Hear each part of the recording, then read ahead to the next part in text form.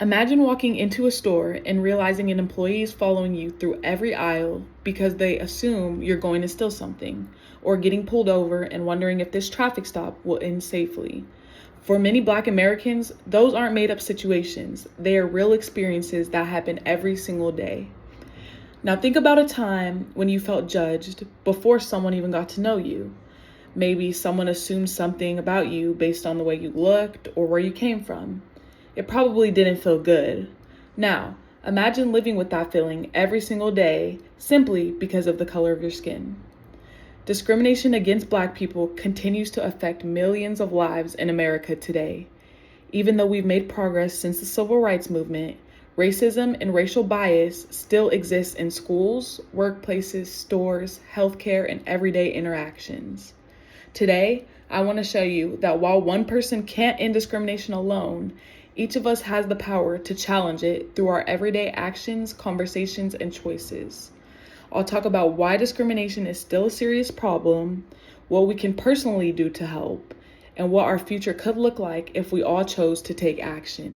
A lot of people believe racism is mostly a thing of the past. While we've definitely made progress, discrimination hasn't disappeared.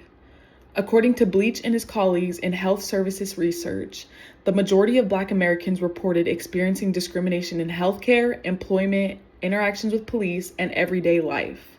Think about that for a second. These aren't just numbers. They are people who are trying to get a job, go to school, raise a family, or simply shop at a grocery store without being treated differently. Imagine working twice as hard just to be treated the same as everyone else.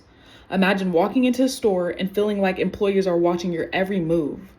Imagine worrying that someone has already made up in their mind about who you are before you've even said a word. Nobody should have to live like that. And discrimination doesn't just affect how people are treated, it affects their health too.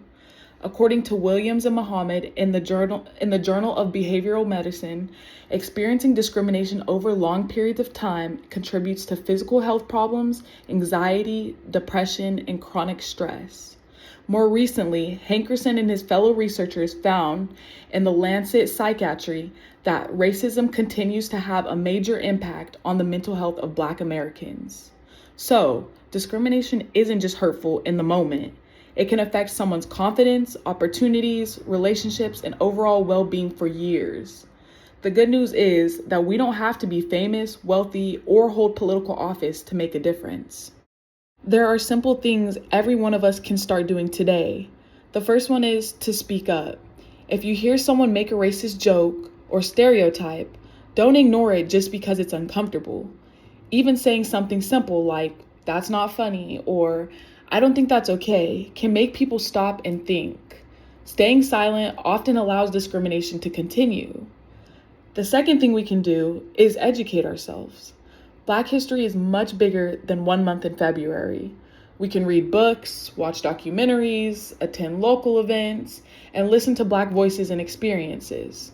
The more we understand other people's experiences, the less likely we are to rely on stereotypes or assumptions. Third, we can support Black-owned businesses. Where we spend our money matters. Supporting Black-owned businesses helps strengthen local communities and creates more opportunities for entrepreneurs. Even recommending those businesses to friends and family can make a difference. Finally, something that's completely free is simply treating everyone with respect.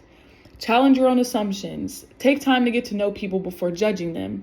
Small actions like listening, showing kindness, and standing up for others may seem simple, but they can have a lasting impact. Research supports this too. According to Gray and his colleagues in prevention science, supportive environments and positive relationships can reduce many of the harmful effects discrimination has on Black youth. And Gaius and fellow researchers found in SSM Population Health that reducing discrimination in schools leads to better mental health outcomes for Black students. On this slide, you'll see 2 QR codes. The first one links to a directory of Black-owned businesses where you can support businesses in your community or online. The second one takes you to the Smithsonian National Museum of African American History and Cultures, educational resources about race and racial equity. Lastly, another way to get involved is by signing or sharing petitions on websites like change.org. While a petition alone won't solve discrimination, it can help raise awareness and show leaders that many people support positive change. All three of these are simply ways to continue learning and taking action after today's speech. Now, imagine a different future.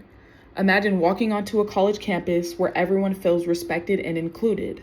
Imagine students standing up when they hear racist comments instead of pretending they didn't hear them. Imagine communities choosing to support one another instead of making assumptions. Imagine future generations growing up in a world where people are judged by their character instead of the color of their skin. According to Emmer, Dorn, and Matta in Psychological Bulletin, discrimination has immediate negative effects on mental health, which shows just how important prevention really is. The future depends on the choices that we make today. So today, I'd like to challenge everyone to do 3 simple things. First, learn one new fact about Black history this week. Second, support at least one Black-owned business this month. And third, the next time you hear a racist joke, stereotype, or comment, don't stay silent. Speak up respectfully. Before you leave today, I encourage you to scan one of the QR codes on the screen. Explore a Black-owned business, read an article, watch a video, learn something new. It might only take a few minutes, but those small actions can lead to meaningful change. Real change doesn't happen overnight. It happens one conversation, one choice, and one person at a time. Today, we talked about why discrimination against Black people is still a major issue, the simple actions each of us can take to help reduce it, and how those actions can create a better future for everyone. While none of us can eliminate discrimination on our own, we all have the ability to change it through our actions, our words, and the way we treat other people. Dr. Martin Luther King Jr. once said, "Our lives begin to end the day we become silent about things that matter." So the next time you witness discrimination, don't ask yourself, will someone else do something? Ask yourself, what can I do? Because history doesn't only change because of famous leaders. It changes because ordinary people decide to stand up for what's right.